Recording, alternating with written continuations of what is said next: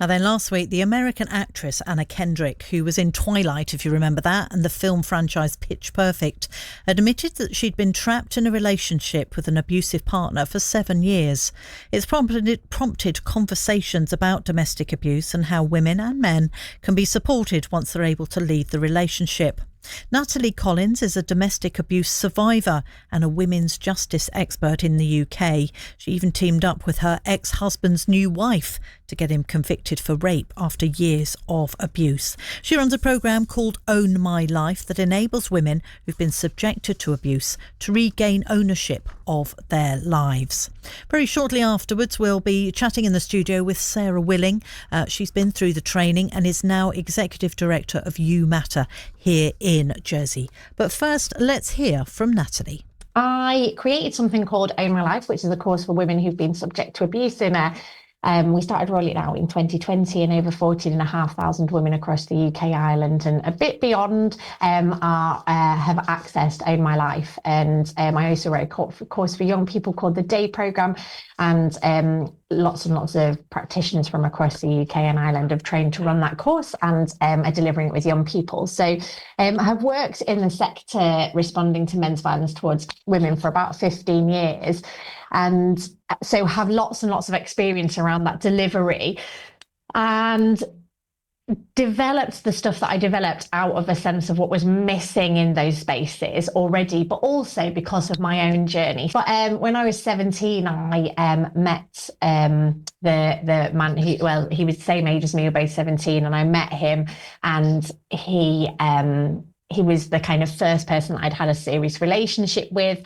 And so many of the messages that surrounded romance and kind of popular culture. So that was the sort of time of 10 Things I Hate About You and Cruel Intentions, those kind of films that were all about a good girl saving a bad boy, really informed how I entered that relationship and what my expectations were and what the norms were. And it ended up with him being incredibly dangerous and incredibly abusive. And at 21, I escaped him when he assaulted me when I was pregnant with my second child, and my son was born 3 months premature, and we ended up living in a hospital for about 5 months with my son, who was very sick, and my daughter, who was 2.5 at that point. What was done to me there and the challenges around all of that really informed my desire to make a difference in the world and to see resources which enabled women to make sense of their lives, not just as kind of me and my personal relationship and what my partner is doing to me, but me as a woman in a world that is often quite hateful and misogynistic towards me.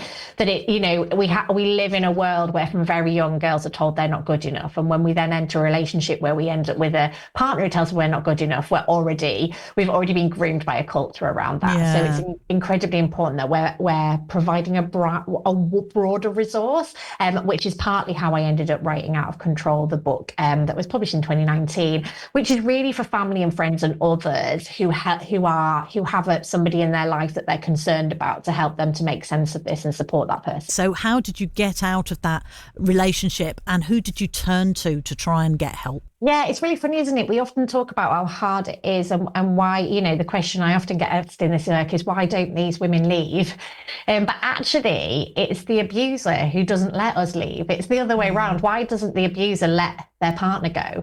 Because actually that's the problem, that whenever we try and leave, we're being manipulated and coerced, not only by him, but by lots of different systems, which make it very hard to leave. One of the myths I think we have is that it's easier to leave an abuser because he's awful. It's actually much, much harder to leave an abuser because he's not going to respect our choices and right to leave the relationship. We also, if we've got children, that becomes incredibly difficult. The reason I was able to leave was because circumstances, having a very premature baby, meant I couldn't stay in my hometown. I lived in the north of England. We didn't have a special baby care unit. I had to move to a hospital about 1.5 hours from our hometown, and I was physically forced into a separation. And so actually, I was, in some ways, that crisis of what is horrific and was horrific, a really very poorly tiny baby, was the opportunity that enabled me to leave. And, I think that we can have nothing but absolute admiration for the courage it takes to make those choices when there isn't a sort of a being forced to do it by circumstances like I was, really. I know that Anna Kendrick has recently spoken out about domestic abuse and the relationship that she's been in. Do you think it helps when somebody like that, somebody who's in the public eye, shows that this can happen to anybody at any time? Yeah, definitely. I think it's really important. And, again, it's courageous to talk about this stuff. As I've said, we often kind of code up those who are abused as different to other people. And it's really dangerous because actually then if we're being abused, we often don't see it. And she talks very clearly about not realizing that that was the name of what was being done to her. And I think that's the case for most of us when we're being subject to abuse. We don't frame what is being done as abuse, and partly the abusive behavior is about making us think it's all our fault and blaming us all the time. And actually, psychologically, it's much easier to cope with I'm at fault because I keep on making him hurt me, as opposed to I don't have any control because he's hurting me and I don't have any power to change it. It's terrifying to be powerless as a human being. And so very often we want to kind of create a sense of psychological safety, which ironically means taking responsibility and blaming us for stuff that's not our fault. Yeah. But, and I think it's also for everyone else in that situation, for family and friends and work colleagues. We all look at that person and we go, well, oh, no, it's not like that because she's very strong and capable and he's such a lovely man. And so that sense of, because we have this picture in our head of what someone who's abused looks like. I mean, I've been told I'm too tall to be abused, I'm too young to be abused. I'm not. And one man said to me, "You, some small shriveled up thing I could imagine, but you." And so there is this sense that where somebody like Anna Kendrick, who is, really kind of at the top of her career, is understood to be this strong, capable woman, has been involved in lots of feminist film projects, things like Pitch Perfect, that actually people then go, wow, well, if that's her story, and as she articulates what that perpetration looks like, someone else can go, oh, yeah, no, that's what my partner does. And suddenly there's a name for this thing, and that name's abuse. And it's a really big word. It really affects our ability to focus on it. But it is incredibly important for women to share their stories, because actually through that, we can all see ourselves and hopefully we can get the help we need then. Natalie Collins, the author of Out of Control, Couples, Conflict and the Capacity for a Change, and she runs Own My Life. Shortly we'll chat with Sarah Willing from You Matter here in Jersey. Well, joining me in the studio is Sara Willing. She is the Executive Director of You Matter. They work with young people to build their self-esteem and help them develop an understanding of their sort of true value and worth. And they run workshops, thousands of youngsters in Jersey every year, to help them make healthy and positive choices about their lives and relationships. And it's lovely to have you in the studio, Sarah. How are you? I'm good, thank you. I've just had a very enjoyable game of pickleball, which was a nice way to kick off Thursday. So brilliant. Now, we were just chatting off air and I remember you starting You Matter, and we worked out it was 2011. Yeah, it's been it's an amazing thing to look back on all we've achieved since 2011. And just to give you an idea of where we are now, last year we worked with over 3,300 young people in Jersey's schools. So we work now in primary schools and secondary schools as well, from year 5 and 6 right up the way to year 13.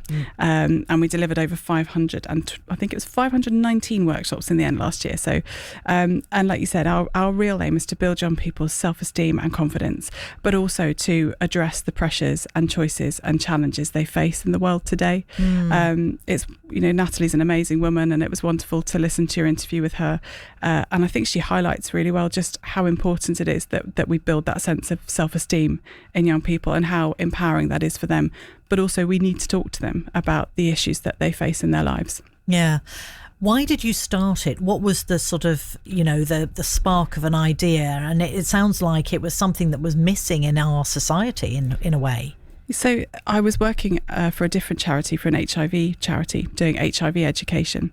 And I found that the work we were doing was brilliant, but trying to talk to young people around HIV and, staying safe from HIV, I felt like I was going on with sort of high level messages, but actually a lot of the young people that I was coming across hadn't really thought about what made a healthy relationship, and maybe where the place of sex is in relationships, and when might be the right time to have sex, what you would want there first.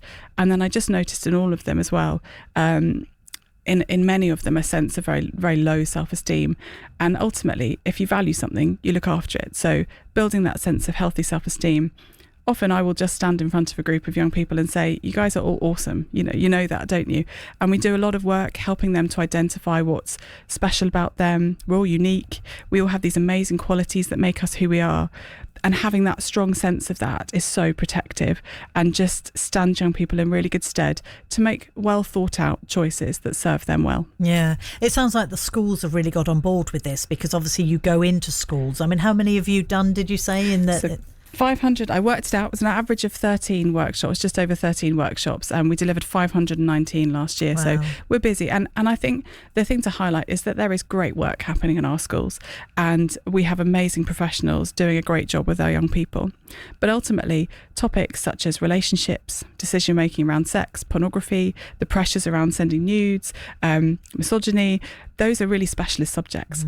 And we have amazing practitioners who are great practitioners, but they want that support from external agencies to enrich their schemes of work, and to add value to their programmes. So bringing in an organisation such as You Matter, who have the specialist knowledge, skills, is a good thing to do. It's best practice, and our workshops are interactive, engaging. We come in, we're sort of all singing, all dancing, do lots of fun activities just to make it memorable. And also we keep up to date with the latest trends, and young people consistently say that they value You Matter and they value our independence. Separate from home, separate from school, all of which have such important roles, but they know that we're there for them. We're a credible voice. You Matter are a credible voice for young people, and we don't have all the answers, but we create in our workshops a safe space for them to have these discussions. We're not afraid to go there with the challenging topics, and we kind of open it up and say, right, let's look at this and let's see what you think. Yeah. So what matters to young people at the moment? I mean, when you go in and you say to them, right, tell us what you're worried about. I think it's interesting. I was saying to you before that when we commenced our sort of sessions this year, I was delivering a round of our positive relationships session with Year 9 students, and every so often I just want to check in and make sure that we are talking about the right things. So we ran an anonymous activity where young people were invited to give us their views about what we should be talking to them about, and what they felt the most pressing issues for young people in relationships are, and many of them said that they really want to understand how to spot the red flags in relationships. They want to understand how to spot when someone isn't treating them as they ought to. And we see throughout our work with young people, I mean, the report into violence against women and girls in Jersey, which I would encourage everybody to read if you haven't. It's a real insight into girls and women's experiences of living in Jersey. There's a very important window during adolescence to reach young people, and actually in the lead up to adolescence as well, to reach children and young people with messages about what a healthy relationship should look like and how they should be treated. Because we know that even if you look at sort of age 11 to 14, 1 in 5 girls in Jersey surveyed had direct experience of violence against women and girls. Wow. By the time you get to 15 to 16, it's 2 in 5 girls. And then more than 14% of girls aged 16 to 17 had direct experience of violence against women and girls. So that's a huge leap in a very short time frame. And that could be things that happen offline. It could be behaviours that happen online as well. And we need to be giving young people the tools to make healthy and positive choices about their lives and their relationships. And You Matter aim to do just that. Yeah. And also to give them somewhere to come if they need to speak to someone, because I'm guessing youngsters will be in a household where this is happening.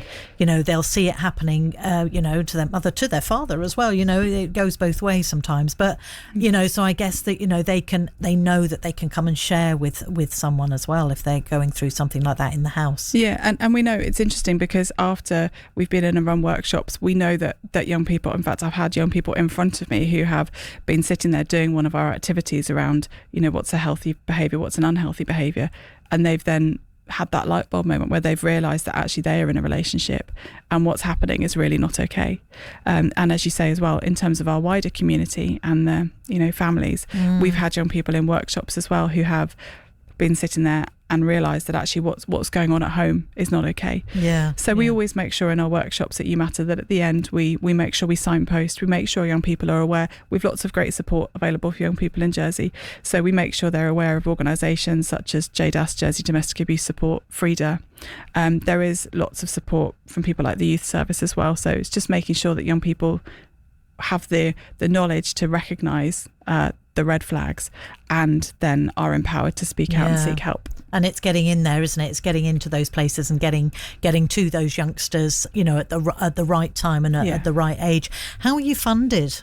So we offer all of our workshops to Jersey schools free of charge. We don't charge anything for the work that we do. We are funded by donations, and we're finding the funding environment is challenging for the third sector at the moment. So we would love, there's lots that we'd love to do. Natalie Collins, both of her programs actually Own My Life, which is the recovery program for women who've experienced abuse, but also the Day program, which is a preventative education program, is amazing. It uses multimedia programs, short films, pieces of music, to raise awareness and education about domestic abuse. I've actually done the facilitated training for the Day program, and we would love to be running that in our schools, but unfortunately we're not resourced to do that at the moment. So if anyone's interested in funding a children's charity that works with thousands of young people in our community every year, we would love to hear from you. Fantastic. So what's in your in tray now? When you leave here, where are you off to? What's sort of next for you? It's half-term holidays this week, so not much direct work happening this week, but I have got a couple of funding applications I'm working on, so just trying to find people to support our work. I think raising awareness of domestic abuse in our community is so important, and I think for me, Natalie has written an amazing book, which I know she spoke about in her interview as well, called Out of Control. That's a brilliant read. There's another book by a woman called Emma Rose Bynum that's called Was It Even Abuse? And that covers, for me, what I think is the hardest thing when we're educating people about abuse is that we might think of domestic violence. And in many ways, those behaviours are more overt, more obviously not okay, although we may not recognise them when we're in that situation. But for me, the hardest experiences or the hardest issue to educate around is emotional abuse. It's interesting, the 100% of victim survivors in the Violence Against Women report in Jersey said that raising awareness of emotional abuse and coercive control is very important. Those are the most insidious behaviours, and they're the hardest ones to spot.